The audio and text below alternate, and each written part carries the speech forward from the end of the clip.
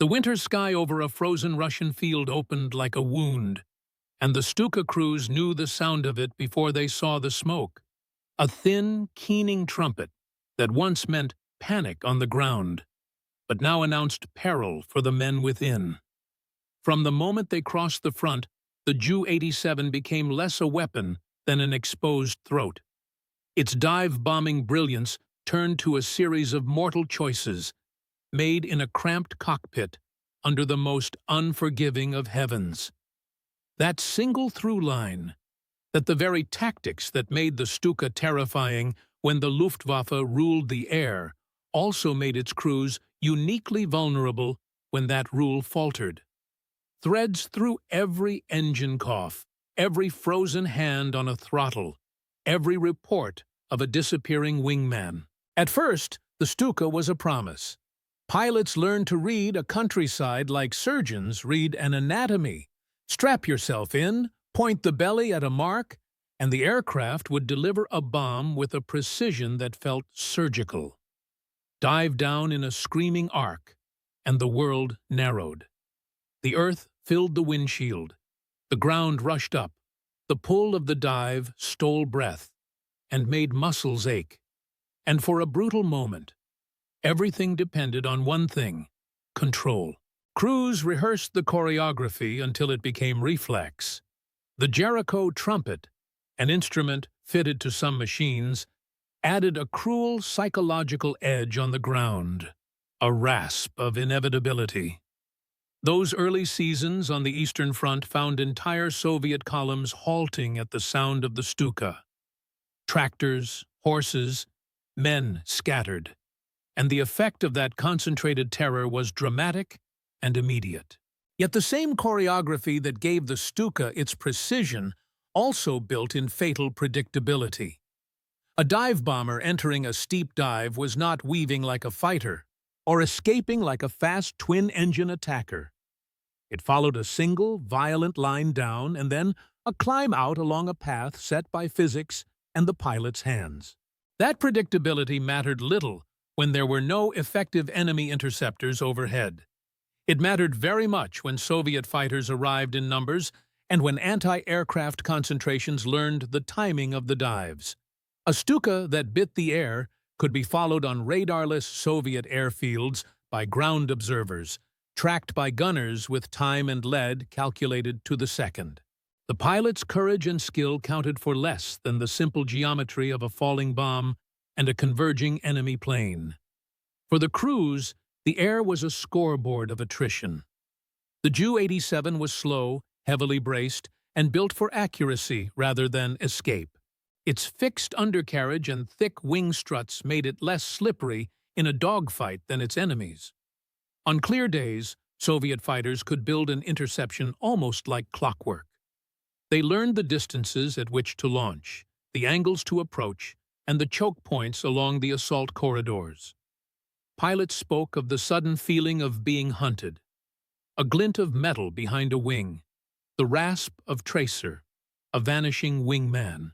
Those who survived the first pass often had to watch the wreckage of another Stuka spiral down, the smoke a dark punctuation mark on the white ground. Fear in the cockpit was never abstract. It was breath-fogging in a canopy. The metallic taste after flak rattled the fuselage, the hand that shook when reaching for the canopy release. Crew psychology mattered.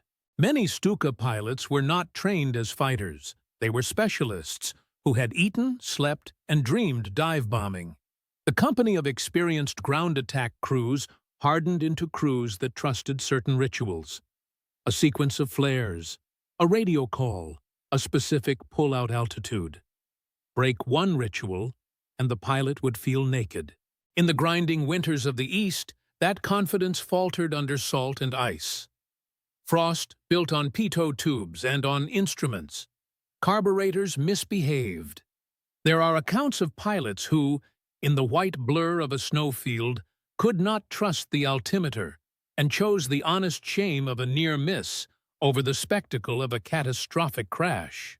Machines that could operate perfectly in temperate Europe began to creak with the cold, and the margin for error in a dive decreased as hands went numb and goggles fogged.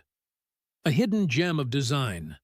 The Ju-87's steel construction and rigid airframe gave it stability in a dive, but made it unforgiving to damage. A single burst through a hydraulic line could disable the flaps that controlled the dive brakes, turning a surgical run into an uncontrolled burial. Another, less obvious strain came from production pressures. As the Eastern campaign stretched on, replacements grew thinner not only in pilots but in factory quality. Components were field repaired with improvisation. Replacement parts came from different batches with different tolerances.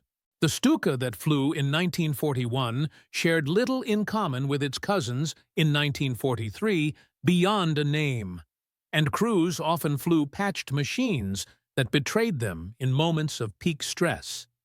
Enemy tactics evolved in ways the Stuka could not easily counter. Soviet ground fire learned to concentrate at pull-out points and on approach corridors, creating gauntlets that funneled crews into narrow escape windows. The Red Air Force began to deploy light, nimble fighters in numbers, sacrificing altitudes to get into the interception zone.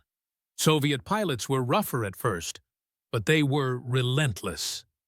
They attacked from below, where the Stuka's ventral defenses were weakest, and they learned to chase the aircraft into flak belts where the bomber's presence invited concentrated God. The combined effect was a web. Fighters pushed Stukas into flak, flak shattered controls, and a pilot faced the impossible arithmetic of saving his own crew or keeping a bomb on target. There is an often overlooked human calculation inside that arithmetic. The observer or rear gunner, a figure squeezed into a narrow space behind the pilot, bore a burden of guilt and terror. His job was to watch blind spots, to find the flash of a wingman being taken under, to squeeze a trigger with fingers numbed by wind and shock. Many crews arrived in the East as pairs who trusted one another like brothers. Losing that brother was a private apocalypse. Some pilots admitted that after a certain number of missions they no longer felt the crisp exhilaration of a successful strike. Instead, a dull, constant counting began. How many days between maintenance? How many missions until the next replacement? How many men in the mess still talked? And which ones were ghosts at the table? The attrition calculus became personal and immediate. The aha moment sits cold and simple in the middle of this story. The Stuka was a superb tool only while the skies above it belonged to the Luftwaffe. Once control of the air was contested, its very strengths, dive precision, stable platform, predictability, turned into fatal liabilities.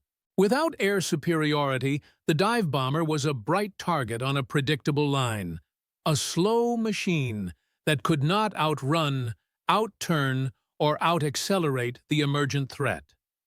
That realization reframed every tactical decision. Should a pilot risk the pullout to hit an objective if there was no fighter cover? Should he jettison a bomb to escape? Should a commander order a Stuka unit into a battlefield that was now a funnel of death? The answers shifted as the Eastern Front shifted, and each wrong choice cost lives. The climax came in moments repeated across seasons, a formation of Ju-87s slipping low across a broken landscape, the ground studded with wreckage and small fires, the sky suddenly crowded with tiny black shapes that resolved into Soviet fighters. The initial pass goes in with the grim ritual, dive, release, pull up, and for a stunned instant, it seems the run will be clean. Then a tracer cuts a wing, a starboard engine coughs, and a plane peels away leaking oil like a wound. One by one, formations that once struck terror into troops became collections of men tied to each other by fate and rope, watching as a friend fell in a spiral, as fragments of wing and tail stitched the snow with black ribbons. The gripping terror was not only for the men going down, it was for those who would circle back to base, faces white with the knowledge that the next mission might be their last. When the dust settled on fields littered with twisted metal, commanders counted more than machines. The factories kept sending airframes, but pilots and gunners were harder to replace. Training programs accelerated, but could not replicate years of refined skill. The human cost accumulated like snowdrift around a ruined airfield. Letters home that never returned. Empty bunks. A quiet that fell over crews who still flew, but were quieter in the mess. The last image is striking not for the number of machine losses, but for the hole left in units that had lost their memory and their soul. The meaning of their suffering reaches beyond the wreckage. Stuka crews on the Eastern Front embodied a lesson about the limits of a weapon divorced from the sky that made it safe. Their losses tell us about the fragility of tactical advantage, about the calculus of specialization, and about the human weight of choices made under fire. Decades later, farmers still find corroded struts in furrows, and in those strips of metal lie stories of courage strained to the breaking point. The Stuka's image of a screaming silhouette over a target remains cinematic, but the deeper memory is of men who trusted a machine and found that the air itself could become an enemy. If you enjoyed this, tap like and subscribe. It really helps. And drop a quick comment telling us where you're watching from. The United States, the United Kingdom, Canada, Australia, or anywhere else in the world. Your reply helps the video reach more people just like you.